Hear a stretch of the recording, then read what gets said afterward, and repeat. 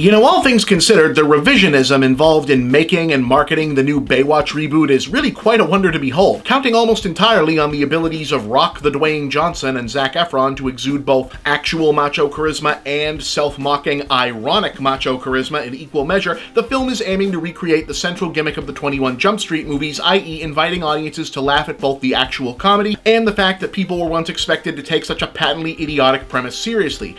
Except, that's not Baywatch. I mean, let's be clear about this. No matter how cleverly the film positions itself, it's basically making fun of a version of the Baywatch brand that never actually existed. Baywatch was not one of those campy 90s relics that people watched in part to snark off at the tacky B-movie sensibilities. It's not Walker, Texas Ranger, it's not Renegade, it's not Hercules, The Legendary Journeys, it's not one of those. People watched Baywatch for one reason and two reasons alone: to masturbate. Look, I'm sorry, but facts are facts. Baywatch was an absolutely terrible show where basically nothing ever happened that was ever intentionally or unintentionally entertaining, that was nonetheless enormously popular and permanently lodged in the lizard brain memories of a generation because it was the top object of worship from the last moment in time when the ability to instantly look up every pornographic image ever captured in the history of mankind had yet to be Googled into existence, and adolescent boys still had to make do with afternoon syndicated television. That's it. Which then makes reconstituting this Baywatch movie as an homage to some kind of alternate universe incarnation of the franchise that was actually all about over-the-top action and buddy cop bromance nothing less than an attempt by Generation X to wallpaper over the inherent sleaze factor implicit in this nonsense ever having been popular, an undertaking I feel no compulsion to be complicit in because, well, for one thing, I was more of a Xena guy. But here's why this matters. The reason the 21 Jump Street funny, self-aware version of a cheesy TV show angle worked so well for that series was that they didn't have to force the joke. The cultural presence of the TV show, even if you'd never seen it to be aware of it in the first place, provided a solid foundation to build the parody around.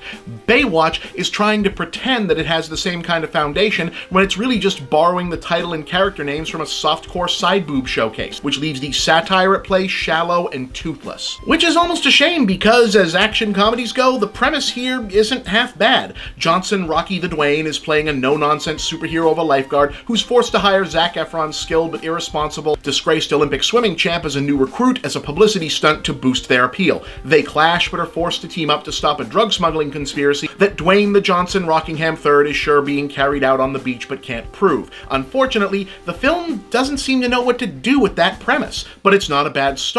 And the central joke of casting Hollywood's favorite so impossible to take seriously you kind of have to take him seriously action star as a lifeguard who acts like a vigilante crime fighter essentially because he can is pretty funny. But the only other joke the film has is to constantly call self-aware attention to the first joke, ostensibly playing at the success the Jump Street movies had, mining the whole get it because that was the show routine. Except, as we just discussed, that wasn't the show. And since this gag requires Rock I'm out of funny names Dwayneson to be an action figure without a real character, it clashes with the film's insistence that he should be the main star rather than a force of nature who is dealt with by the other characters. You wind up with an empty movie anchored to an empty character, and there's just nothing to hang on to narratively outside The Rock's considerable charisma. I just couldn't help but think letting Baywatch be a stupid lifeguard movie and not constantly pointing to itself going, haha, isn't it funny that we're acknowledging that this is stupid, would have yielded a funnier movie overall. Which is not to say that it doesn't have laughs or that The Rock isn't the best person to play what is essentially The Rock, that Efron doesn't remain one of the great emerging leading men of his generation, or that Ilfenesh Hadara, Alexander Daddario, and Priyanka Chopra don't seem to be having fun glamming up and riffing on 90s-style beach club sex appeal. Hell, relative newcomer Kelly Rohrbach actually seems to have real stellar comic timing as the modern-day platonic ideal of the Baywatch woman, and there's even a played-for-laughs beat at the end where The Rock gets to proclaim his oceanic indigenous heritage as the source of his superhuman lifeguard powers that suggests a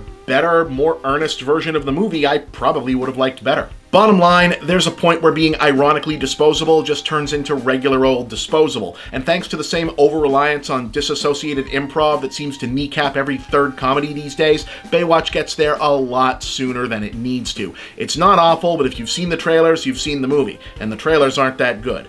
2 stars, I'd say skip this one.